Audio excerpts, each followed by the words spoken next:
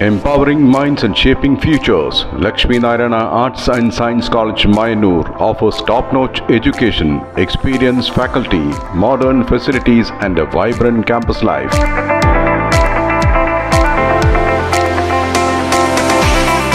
Join us for a journey of learning, growth and success. Admissions open, Lakshmi Narayana Arts and Science College, Mayanur.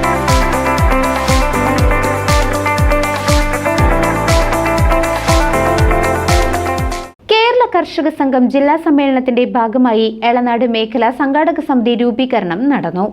Kerala കർഷക സംഘം ജില്ലാ സമ്മേളനം September 5-6 തീയതികളിൽ ചേലക്കരയിൽ വെച്ച് നടക്കും. ഇതിന്റെ ഭാഗമായുള്ള എളനാട് മേഖല സംഘാടക സമിതി രൂപീകരണം എളനാട് മലങ്കര കത്തോലിക്ക പള്ളി ഹാളിൽ വെച്ച് സംഘടിപ്പിച്ചു.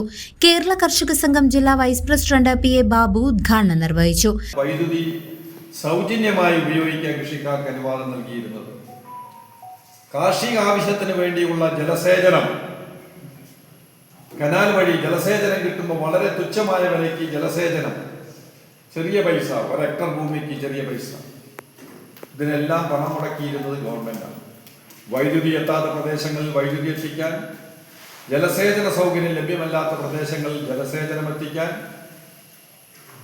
രാസവളങ്ങളും കീടനാശിനികളും ശാസ്ത്രീയമായ കൃഷിരീതികളും യന്ത്രവൽക്കരണങ്ങളും എല്ലാം നടപ്പിലാക്കാൻ വേണ്ടി കേന്ദ്ര ഗവൺമെന്റ് ഓരോ വർഷവും കോടിക്കണക്കിന് രൂപ ബഡ്ജറ്റിലൂടെ നീക്കിവെച്ചുകൊണ്ടിരുന്നു.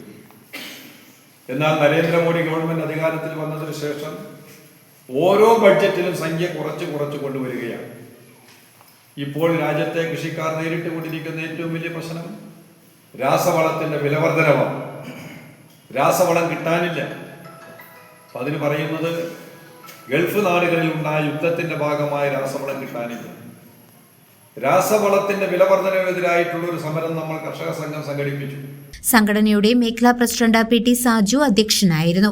Area secretary KP Umashankar, president Prabhakaran, മേഖലാ secretary N Aravindakshan, K Sarath എന്നിവർ സംസാരിച്ചു. ഏറ്റവും പ്രധാനപ്പെട്ട കടമ ഏറ്റെടുക്കേണ്ടത്, നമുക്കറിയാം, കേരളത്തിൽ ഇപ്പോൾ അവതരിപ്പിച്ച പുതുയുഗ ബഡ്ജറ്റ് അത് കോർപ്പറേറ്റ് യുഗ ബഡ്ജറ്റ് എന്ന രൂപത്തിൽ തന്നെ കൃഷിക്കാരെയും കാർഷിക മേഖലയെയും സംരക്ഷിക്കുന്ന യാതൊന്നും തന്നെ നമ്മുടെ കേരളത്തിൽ അവതരിപ്പിച്ച ബഡ്ജറ്റിനകത്തില്ല.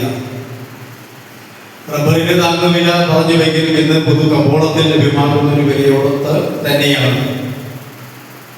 അവരുടെ പ്രകടന പത്രികയിൽ നെല്ലിന് 1 കിലോന് 35 രൂപ വാഗ്ദാനം ചെയ്തിരുന്നു. അതും ഈ ബഡ്ജറ്റിനകത്ത് ഒന്നും തന്നെയില്ല. ഇന്നിപ്പോൾ കേന്ദ്രത്തിലെ സർക്കാരും കേരളത്തിലെ സർക്കാരും ഒക്കെ കർഷകരെ ദ്രോഹിക്കുന്ന ഭരണകർത്താക്കളായി മാറിയിരിക്കുന്നു. അത്തരമൊരു സാഹചര്യത്തിലാണ് നമ്മുടെ സംഘടനയുടെ അഖിലേന്ത്യാ സമ്മേളനം ചേരാൻ വേണ്ടി പോകുന്നത്. CCV news, Pazhayannur.